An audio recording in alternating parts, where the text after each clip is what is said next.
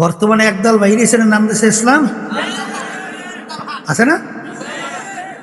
নাম দিয়ে কি বলে, ছেলেরা সরো, মেয়ে বন্ধুরা আসো,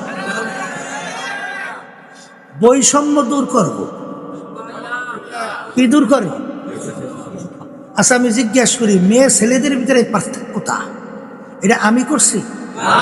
কোন পীর, মুফতি, মুহাদ্দিস কে করছে? আল্লাহ যদি করে তাইলে এই কথার মাধ্যমে কি হয়? বৈষম্য কে করছে? ও কথা মুখে বাইরে না, তাহলে বুঝায় না বৈষম্য আল্লাহ করছে।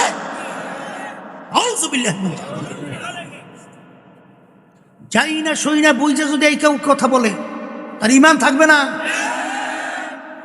আজকে বাইতুল মোকাররম জাতীয় মসজিদ কোনোদিন আপনাদের জীবনে দেখছেন যে উচ্ছৃঙ্খল বেপরদা মহিলাগুলি ওখানে মিটিং করছে? আপনারা দেখছেন? কিন্তু বর্তমানে দেখছেন না, এক শ্রেণী বাইতুল মোকাররমের উত্তর গেট এই বেপরদা মহিলাদেরকে নিয়ে সামনের সারিতে রাইখা, টুপি লাগাইয়া, জামা লাগাইয়া, এইবার তাদেরকে নিয়ে প্রকাশ্যে বেপরদা অবস্থায় মিটিং করে, মিছিল করে। চ্যালেঞ্জ কার সঙ্গে হয়? এই পর্দা ফরজটা হুকুম আমি করছি? হ্যাঁ,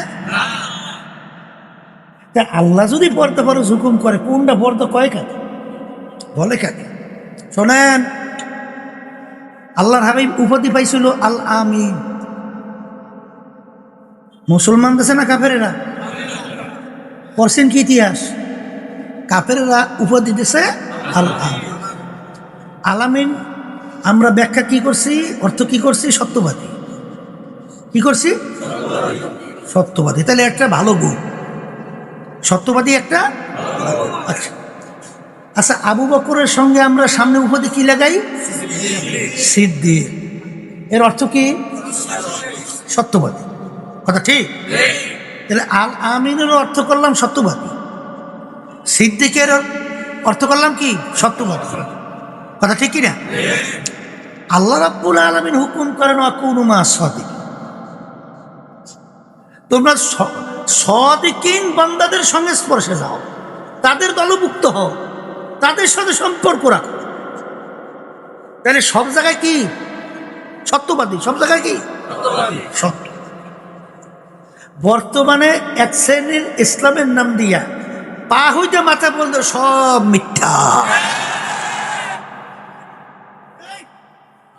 আছে। এমন বোধ হয় সেরকম ওকে আমি একা বলি মনে হয় না, তাহলে আছে না?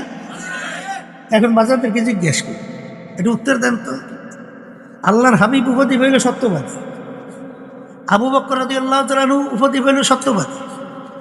আল্লাহ বলে সত্যবাদীদের সঙ্গে স্পর্শে থাকো, তাদের দলভুক্ত হও, তাদের সোহবতে থাকো। এখন যারা নাকি মিথ্যাবাদী তারা কি আল্লাহর হাবিবের দলভুক্ত হয়?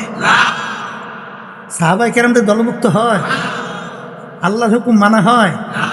আচ্ছা বলেন তো, একটা মাসালা একটু তাহকিক করেন। যাদের থেকে একবার মিথ্যা প্রমাণিত হয় তাদের সাক্ষী শরীয়তের দৃষ্টিতে গ্রহণযোগ্য? আর একটু আসতে বলে, সাক্ষী গ্রহণযোগ্য নাকি? আচ্ছা, এরপর আর কি পেয়েছেন? তাইলে মিথ্যাবাদীদের সাক্ষী গ্রহণযোগ্য না। এরপরে আপনারা কি পড়ছেন? যাদের থেকে মিথ্যা প্রকাশিত হয়, যাদের থেকে কি কথা বলে না, মিথ্যা প্রকাশিত হয়, তাদের সনদে হাদিস বয়ান করা সূরা জায়েজ আছে। কে কি বলছে? কথা বলে না, বলে না, কেউ বলে নাই, কেউ বলে নাই। তাই যাদের থেকে জীবনে মিথ্যা প্রমাণিত তাদের থেকে হাদিস রওয়ায়াত করা জায়েজ নাই, তাদের থেকে হাদিস শোনা জায়েজ নাই, তাদের সনদে হাদিস বয়ান করা জায়েজ নাই, তাদের সাক্ষী গ্রহণযোগ্য না। তাহলে মিথ্যাবাদীদের চরিত্র আল্লাহর হাবিব, সাহাবায়ে কেরাম, তাবিঈন আল্লাহর নির্দেশের বাহিরে। কথা ঠিক কিনা?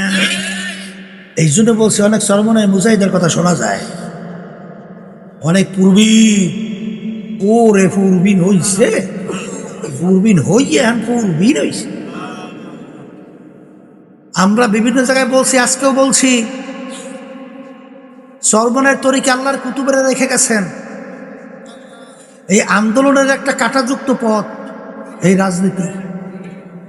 গালি শুনতে হয়, জানের ভয় থাকে, জেলে যাওয়ার ভয় থাকে, এমনকি নিজস্ব লোকেরাও গালি দেয়, ঠিক না? ওই যে মনসুর আল্লাহ রহমতুল্লাহ ঘটনা শুনছেন? কি শুনছিলেন? শরীয়তের দৃষ্টিতে বাদশাহ হুকুম করছিল পাথর মারো, সে হাসে। একটা লোক দূর থেকে তার দিকে একটা ধুল নিক্ষেপ করছে। ধুল কাছেও তো যায় না, ধুল কাছে যায়, কিন্তু সে জোরে শিক্ষার মাটিতে গড়াগড়ি জিজ্ঞাসা করছে, ভাই ব্যাপার কি? এতগুলো লোক আপনার শরীরে পাথর বাংলো রক্ত উঠেছে, আপনি হাসেন, আর ওই লোকটা দূর থেকে ধুল মারছে, আপনার শরীরে কাছেও আসে নাই, আর আপনি এইভাবে অস্থির হয়ে গেছেন, কারণ কি? তখন সে বলতেছিল, যারা আমার গায়ে পাথর মারছে তারা আমাকে চেনে না, এই জন্য আমার কোনো কষ্টও লাগে নাই, কিন্তু যেই লোকটা দূর থেকে আমার শরীরে ধুল মারছে সে আমাকে চেনে। সে চিনে আমার গায়ে কিভাবে ধুল মারলো এইটা আমি সহ্য করতে পারি। এখানে জাতীয় নির্বাচন 2026 অন্যান্য যারা নাকি বিরোধিতা করছে না করছে এতে কিন্তু কষ্ট লাগে না, কিন্তু আমাদের নিজস্ব লোকেরা যখন শুনি উল্টা পুল্টা করছে তখন কিন্তু কষ্ট লাগে, ঠিক না?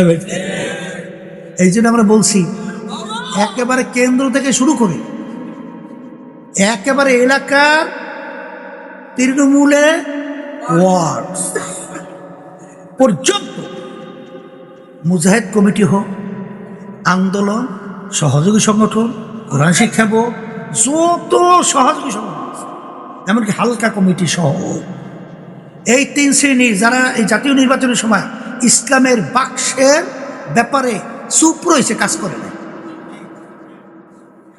তলে তলে অন্যত্র কাজ করছে এই বাক্সের বিরুদ্ধে, যারা প্রকাশ্যে অন্যত্র করছে, এদের কেন্দ্র থেকে শুরু করে একেবারে তৃণমূল পর্যায় পর্যন্ত সব সংগঠনে কেউ যেন সদস্য পদেও কোনো কমিটিতে থাকতে না। এটা বিশেষ করে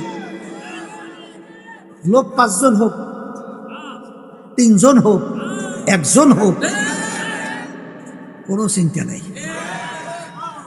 এইটা খেয়াল রাখবেন সবাই। যদি এরপর কমিটি বানাবার ব্যাপারে আপনারা ব্যতিক্রম করে, তাহলে আপনারা আমিরের হুকুমের বিরুদ্ধাচরণ করছেন। আপনি আমিরের হুকুমের বিরুদ্ধাচরণ করেন, এই তরিকার সাথে, এই সংগঠনের সাথে জড়াই থাকা কোনো অধিকার আপনার নেই। আমিরের হুকুম মানা ওয়াজিব না, কথা বলে না? তাহলে সেখানে পরিষ্কার কথা, আপনাকে কেউ বাঁধিয়ে রাখছে, কেউ জোর করছে? আপনার যেদিকে ভালো লাগছে, আমাদের কথা আপনারা শোনেন নাই, আপনি সেদিকে হাঁটেন, কিন্তু আপনি লেবেল লাগাই ক্ষতি করেন কেন? ব্যাপার কি? আল্লাহর কুতুবদের এই রুহানি বদদোয়া, এই হক তরিকা, এইটা নিয়েন না, তাহলে কিন্তু খাসরাত দুনিয়া ওয়াল আখিরাহ, দুনিয়াতে অপমানিত হবেন, লাঞ্ছিত হবেন, ধ্বংসপ্রাপ্ত হবেন, আখিরাতে ধ্বংসপ্রাপ্ত হইয়া উঠবেন।